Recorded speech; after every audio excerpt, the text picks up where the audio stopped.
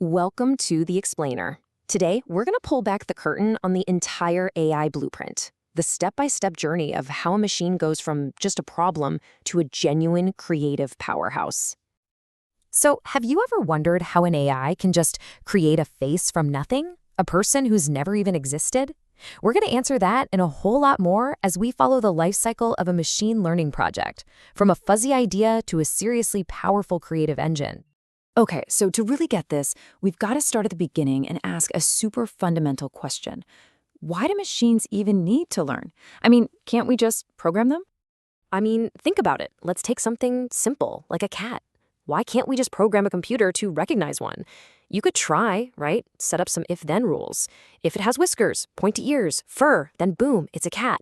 But what about a cat that's missing its tail? Or maybe it's hiding behind a couch. Suddenly, defining that catness with a bunch of rigid rules becomes, well, basically impossible. And that's exactly why we need a totally different way of thinking.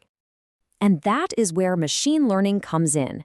It's an absolute game changer for problems where, we just don't have the answers. Think about trying to navigate on Mars. There's no human expert for that. Or for things we do all the time but can't really explain, like how we recognize speech. And it's also crucial when the rules of the game are always changing, or when the solution needs to be custom-tailored just for you. So, this classic definition by Tom Mitchell really hits the nail on the head. He says a program learns if it gets better at a task just by being exposed to more data, more experience, not because we sat down and hand-coded every single possibility. All right, so if experience is the teacher, then data is the fuel. It's the raw material that powers this whole learning machine. In our dreams, data shows up perfectly organized. A nice, clean spreadsheet where everything is labeled and ready to go. But let's be real. The real world is messy. What we actually get is just a jumble of raw text, unstructured images, tons of missing values, and all sorts of inconsistent formats. It's a real dilemma. And that mess brings us to what might be the most important part of this whole process. There's a great saying that you have to do a whole bunch of massaging of your data. And trust me, this isn't some quick little task. It's often the most difficult, most time-consuming part of building any AI. Okay, so how do you do this massaging? How do you take that raw, chaotic mess and shape it into something a machine can actually understand and learn from? Well, it's a whole process. First, you have to figure out what to do with all those gaps, the missing data. Then, you've got to convert things that aren't numbers, like text categories, into numbers that a computer can actually crunch. You also have to scale all your values, so they're in a similar range.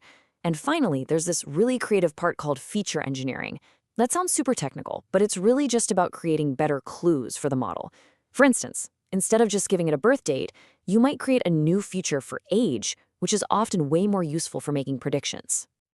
So, once our data is all cleaned up, we get to pick our strategy. The most common one is called supervised learning. Just think of it like studying with an answer key. Your data has all the correct answers labeled. The model's job is to figure out the patterns that connect the questions to the answers, kind of like learning what specific words and phrases signal that an email is spam. But what if you don't have an answer key? That's where unsupervised learning comes in. Here, the data is completely unlabeled. The model is basically sent in blind to explore and find hidden structures all on its own, like a detective trying to group customers into different segments just by looking at their buying habits. Now, to actually build these things, you don't start from scratch. Developers use these amazing toolkits, like Keras. Think of it like a Lego set for AI. It gives you all the essential building blocks, these things called layers, and it lets you snap them together to create a model. It also gives you all the tools you need to train it and see how well it's doing. It makes the whole process way, way easier. All right, this is where it gets really cool, the payoff. With our data prepped and our tools in hand, we can finally build the AI creation engines. We're talking about models that can see, understand, and even create things that have literally never existed before. So let's look at a couple of these revolutionary models to see what's actually possible. And we'll start with that mind-bending question from the beginning. How does an AI create a face out of thin air?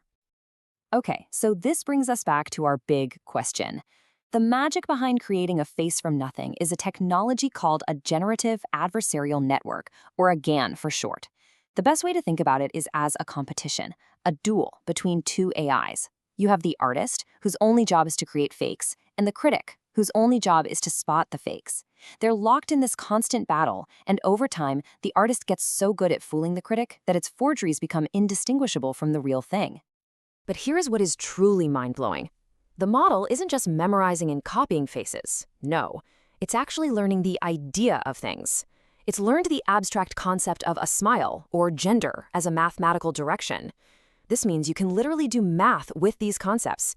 You can take a picture of a woman smiling, subtract the woman vector, add a man vector, and out comes a man smiling.